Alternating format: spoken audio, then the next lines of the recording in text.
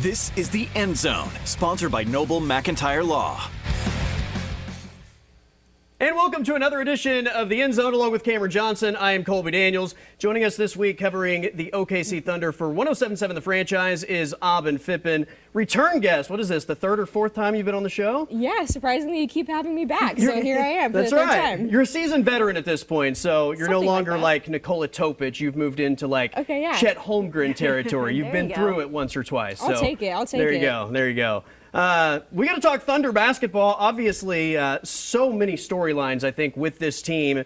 And I think the best place to start is the injury front, right? I think we were all getting ready for the NBA All-Star Game and All-Star Weekend and the time off. And not that anybody knew for sure that everybody was coming back, but I think we were all kind of under the impression that they were going to be much healthier after the All-Star break and having that time off. And that's not been the case. We still haven't seen the Thunder superstars take the floor yet, and more injuries are occurring. Obviously, some of these guys are going through load management issues, but I get the sense that the Thunder fan base is starting to worry a little bit more intensely about this injury situation in terms of like the long-term goals of this season. Yeah. I mean, hopefully people will be reevaluated soon. I think we're kind of in that time mark with them. Obviously, the Thunder play the Nuggets on Friday. So Thunder fans are hoping to either get Shea or possibly even just AJ Mitchell back for that game. Just one of them to help out this injury-prone team. So, yeah, definitely injuries have plagued the Thunder right now for sure. You know, I said before the All-Star break that the injuries have been a storyline all year, but at some point I think even Mark Daignault said, he was like, you can't just wait around. It's like now is the time where it's like you do have the injuries, okay, but now it's time to like really respond to them. And so far they've impressed me. I mean, they've got 3 quality wins and then a close loss to the Pistons, which that was their most shorthanded effort so far since the All-Star break. And I mean, they're still managing to get it done, but we'll see the long-term effects. I mean, you never want injuries, but it could be a blessing in disguise in terms of the number of players that are having to sort of go through this adversity. Yeah. I mean, guys like Aaron Wiggins and Isaiah Joe and Cason Wallace and Jay Will. I mean, all these guys are having to play different roles than they're used to. Yeah, career high. They're having to play different roles, and not that they're going to be asked to do these things when you are fully healthy, but I think in terms of just experiencing the game from different angles, it's going to provide nothing but value when and if everybody is ultimately available. Yeah, I mean, you're having to ask players like Cason Wallace and Isaiah Joe to be playmakers, which, you know, they're not usually used to, but have stepped up to the plate. I mean, the price for Cason Wallace is going to be going up the next season or two, and everyone's going to be bidding for him. We obviously know the Thunder doesn't do that, but everyone's going to want Cason Wallace. Isaiah Joe, I mean, has just been on an absolute hot streak from 3. I mean, just honestly on defense as well, too. So this team has really, they've really stepped up in roles that they don't normally play. Yeah. Maybe the 2 best examples of how good this Thunder, I guess, group of role players are the San Antonio game right before the All-Star break when everybody was out and the NBA launched the investigation into the Thunder. They took the Spurs to the wire without basically any of the starters. And then the same thing against the Eastern Conference leading Detroit Pistons. Fun game, close late. Obviously, the Thunder didn't have enough to close it out, but I think that just shows the resiliency and just the ability for different guys to step up in different moments, which Jalen Williams spoke about earlier this week. It shows a lot. It just shows that our organization, our team is so great at keeping guys ready for the moment or whatever situation it is. You kind of never know who's going to step up. You never know how many shots you're going to get, what's going to happen. You just have a bunch of guys that's willing to go out there and do whatever it takes to win. And I think that just shows how connected our team is, and nobody's selfish to where, our top guys are sitting out. That means there's going to be another 60 shots on the table, however many it is, and that means that I'm going to shoot this many shots. Nobody ever goes into these games looking at it like that. So that just shows like how connected we are as a team, how unselfish we are as a team, where it's you go out there and play your game and what happens, happens. I mean, it's resiliency. We just have a group of resilient guys. We've been up 30, we've been down 30, we've been up 20, down 20, we've been in close games throughout the whole game, we've had guys out, we've had a healthy, so we've been in a lot of different situations, and I think regardless of what situation we're in, we're going to go at it the same way. We're going to go out there, leave it all out on the court, we're going to play defense, we're going to play hard, we're going to do those type of things, and I think the fact that we're a team where we do the same things regardless of who's in, that's what gives us a chance in every game.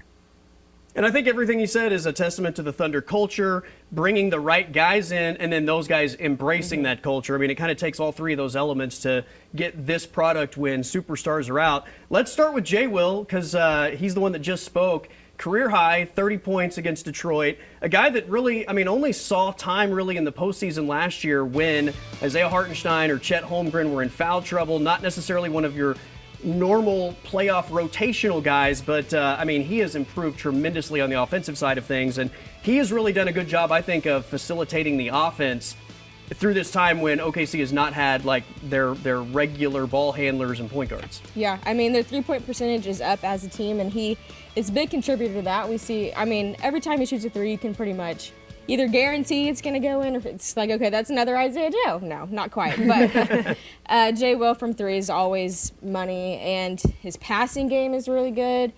Just the role that he's had to step in as a big. I mean, last night, Chet didn't play, Ihart didn't play. So, I mean, it's a big role to step into knowing you're the only big in that situation. And he's an Arkansas guy, which I know Camryn loves. And his former Arkansas teammate, Isaiah Joe, I mean, he has been sensational, really since the Jared McCain trade, which when they made that trade, I wondered if that would spark something because they acquired another three-point specialist. Since the trade, he has shot 55% from three. He's averaging 19 points per game. That's throwing the Detroit game where he got hurt. Another injury for this team. That's throwing that out the window. But in the 7 games following the trade, 19 points per game. And it just feels like every time he pulls the trigger, it's going in. Yeah, Isaiah Joe has stepped up to the plate big time. And like my roommate, he's also an Arkansas grad, and he actually had lots of classes with Jay Will and Isaiah Joe, and he'll send me videos of them from college, which is really funny. But no, he's definitely stepped up big. We know what he brings to the table as a three-point shooter, but he also has made the price of his head go up as well. So he's been really crucial to this Thunder injury little spurt they've been going through. Are you giving a pig suey every time Jay Will or Isaiah Joe puts one through? Well, yeah, under my breath. Okay. Yes. You can do it louder, though. Okay. I mean, well, you know, got to keep the fandom neutral sometimes. Okay. But, well, I mean, it's your alma mater, right? Okay. Yeah. I think you're You've given me the green light. You're in bounds to cheer for the players that played for your alma mater. Absolutely. I'll take it. Absolutely. You mentioned the price going up on Cason Wallace. Here's a fascinating stat for him. He is one of the best defenders in the NBA before this stretch of like the offensive flurry. Leads the league in steals, leads the league in steals per games, has more steals on the season than fouls committed, which is a crazy stat. But since the Detroit game, he has 7 career 20-plus point performances. 5 of the 7 have been this month. Wow. Which just shows you the role that he normally plays versus just having that opportunity to play a bigger role offensively, and he's capitalized in a big way. Yeah, actually, statistically, he has the best win percentage in the NBA. Given he's only been, this is only his 3rd, 4th season, so that's a little bit smaller, but he is the best winning player in the NBA, so you can't really argue with those numbers. And you can't argue with the numbers that he's been putting up recently, too. He's been money from 3 as well. I feel like that's just been a big topic for the Thunder as a whole. What are the overall thoughts on Jared McCain since joining the Thunder? I know he's somewhat of a fan favorite because of social media, but also because he's made some big shots for this team. Yeah, I feel like every single game that Jared McCain has played, he's just gotten better. He seems more comfortable with this team. Obviously, we know that this Thunder team is very team-oriented. It's next man up type mentality. So I kind of figured he would fit in decently well with this team. I was curious to see what that would look like, but he has contributed really well in every game. We see him just continuing to get more comfortable with it. He's come at the right time to have an opportunity to kind of acclimate to things with so many injuries again. So I guess blessing in disguise that there is that opportunity for him to jump in, which Sam if Presti they're fully healthy, he's Sam probably Presti doing his thing. That's right. He knew he could see it down the road, being the fortune teller that he seems to be. All right, it is Moving the Chains next, right here on The End Zone.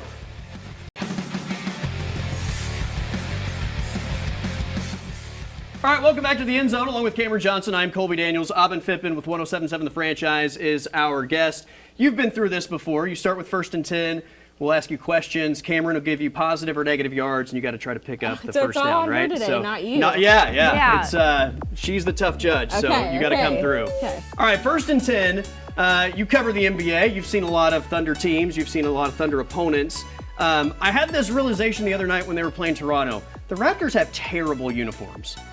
I don't know if they're the worst, but they have terrible uniforms. So I'll ask you, what are the 3 worst NBA uniforms? Oh, I have to come up with 3? That's kind of hard. Mainly because I'm just not a big, well, as I say, not a big red girl. These are not in order, okay? These are just random. Okay. I don't like Houston's that much, and maybe I'm crazy for that. I'm just not a big red fan. And I'm just doing this all based off colors and anything. Everyone probably is like, what is she saying?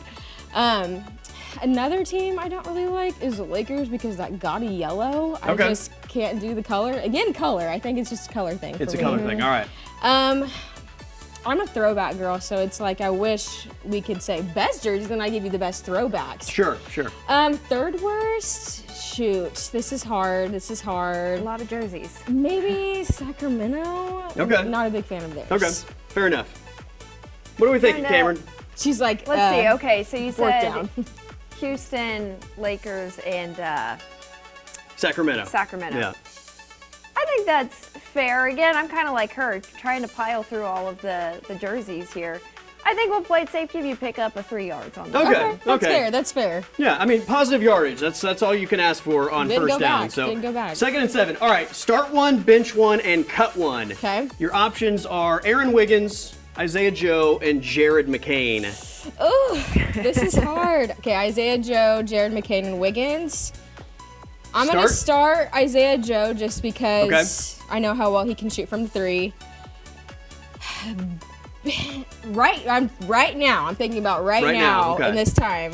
I'm going to cut Wiggins and bench McCain. Whoa, okay. I know, I'm going to cut the savior of basketball. But that hurts my heart. It hurts my heart saying it out loud. I mean, anybody you cut in that trio is going to hurt. But you've got a reason for all of them. I think I would maybe flip them just because, it comes down to you got your 3-point shooter. McCain's also a 3-point shooter, so who's the best playmaker? But like he said, I mean, you can't, it's a tough draw no matter what. So I'll give you another 3 on that one. Not only did Aaron Wiggins save basketball, but the mic drop moment after the championship. I mean, know, honestly, he will forever hold a special place in my heart in terms of just going like off skill this right fun now. Thunder run. Okay, fair enough. All right, so another 3 yards, 3rd and 4. So 3rd and manageable. I think you got this. I can do it. I got an arm. I mentioned Jared McCain. He's well known for his TikTok dances. So Colby? Perform your favorite Jared McCain TikTok dance. Okay, I'm gonna do a little twist and not do a dance, but just show off my nails. Okay. Since, okay. Look at the nails; they're even kind of Thunder themed. There you go. Yeah.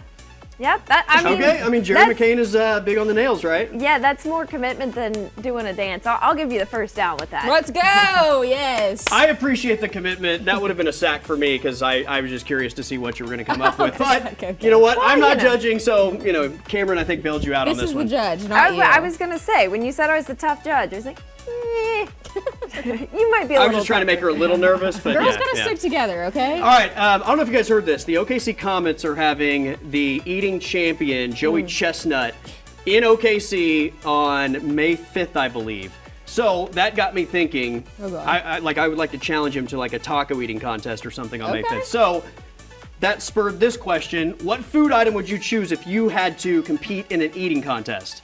Ooh, that's hard because you want something that you can eat like a lot of without it hurting your stomach. Right. I think a taco is kind of a safe.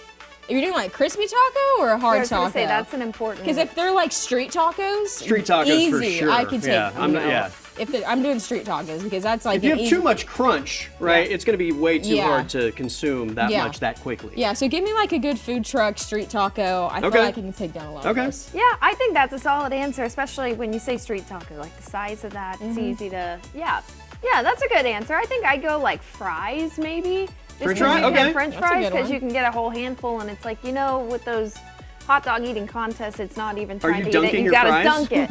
Like I feel like you chew them. Yeah. There's no way you could just eat handfuls of fries no, for like 10 I minutes. think. I don't know. Just like a basic probably- ketchup It's a or lot like of a- No, starch definitely happening. like a drink still. So maybe Okay, stick to the lemonade vibe. I don't know. Oh, okay. Or throw ribs in there. I think I could Yeah. do those. Oh. Yeah. Might be a little messy. I would probably be miserable, Embrace but it. those little tiny blueberry muffins, my kids love them. The mini muffins? I could probably eat 1,000 Yes. of those in 10 minutes. I a would be good one. miserable, You just but I'm pop pretty them sure in. I could do it. They're You just amazing. pop them in. All right, she did it. She picked up the first down. She moved the chains. Aubyn Let's Phippen with go. 107.7 The Franchise, our guest. All right, we got to talk about Sooners at the NFL Combine next on the End Zone.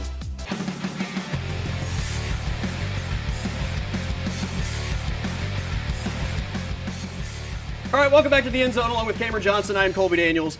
I am an NFL draft geek. I love the whole process from the end of the season to the combine and pro days, and just I kind of like the stock market, watching these guys' value go up and down based on, a 40 time or benches or arm length or hand size. I mean, it's just fascinating to me, and I absolutely love it.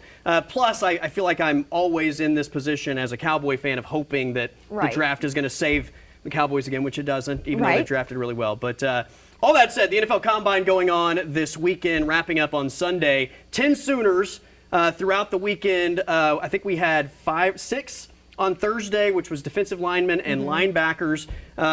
This is a really interesting group, and looking at some of the draft grades for these guys, I mean, R. Mason Thomas is projected to be a late first or second round pick.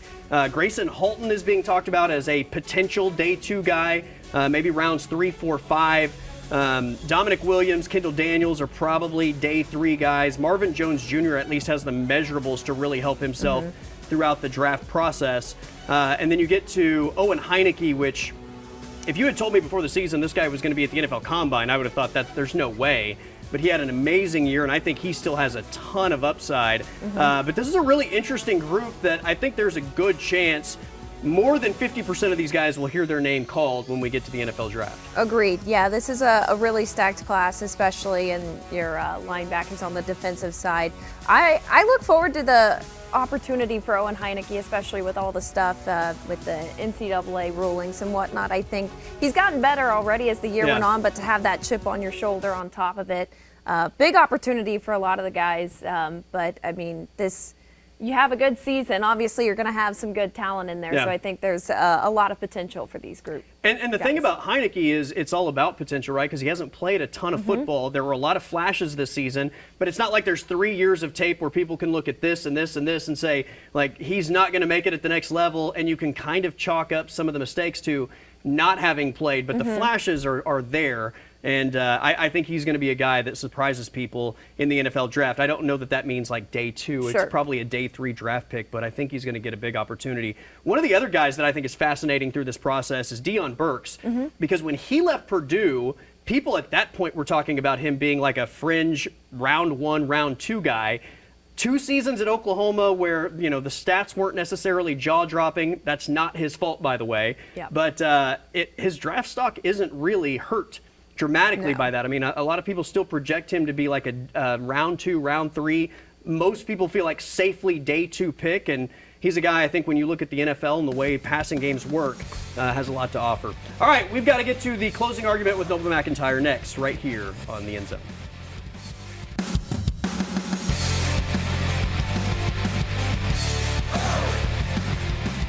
All right, welcome back to the show. It is time for the closing argument along with Noble McIntyre, attorney at law. I am Colby Daniels. Massive sports fan over here, so I'm really excited to hear this closing argument. All right. I've been talking about this all week. The UFL is debuting new rules this season. A couple of the more intriguing rules are a 4-point field goal for anything 60-plus yards. The other one is once you cross the 50 into plus territory, no punting allowed. So I think strategically, this would throw a massive wrench into the analytics books. They'd have to rewrite all those. But what's your take on the rule changes? Could these be applied to the NFL and college football? Oh, I don't like the 60-yard 4-point field goal for college, and here's why. In the NIL era, the big schools are already getting the best players, and all that's going to do is reward the teams that have the big NIL budget to go get somebody with a big leg. I have long said that the field goal rule needs to be this. Instead of rewarding distance, you need to reward precision. You need to give a chance for a team to declare before the field goal that if I can hit the upright, it's 4 points. If I make the field goal but miss the upright, it only counts as 2. If you miss it, it's still 0.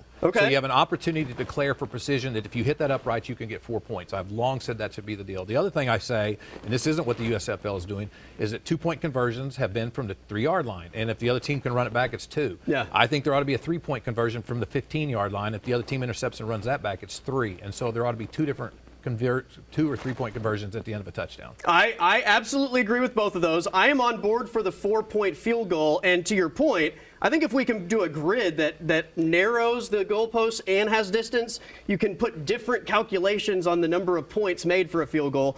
I mean, look, nobody really wants to see a field goal kicked. We all want to see them go for it. But if you have the opportunity to spice that play up, who's not in? Look, we've all seen the guys hit the upright. That's right. I want to be That's right. rewarded for that now. I want to be able to declare it in advance. And if I have a kicker that is precise, you can hit that upright, it should count extra points. Like the old Michael Jordan, Larry Bird commercials, right? Off the upright, nothing but net. Perfect. I'm there on we go. board. That is the closing argument with Noble McIntyre. I'm Colby Daniels. We'll do it again next week.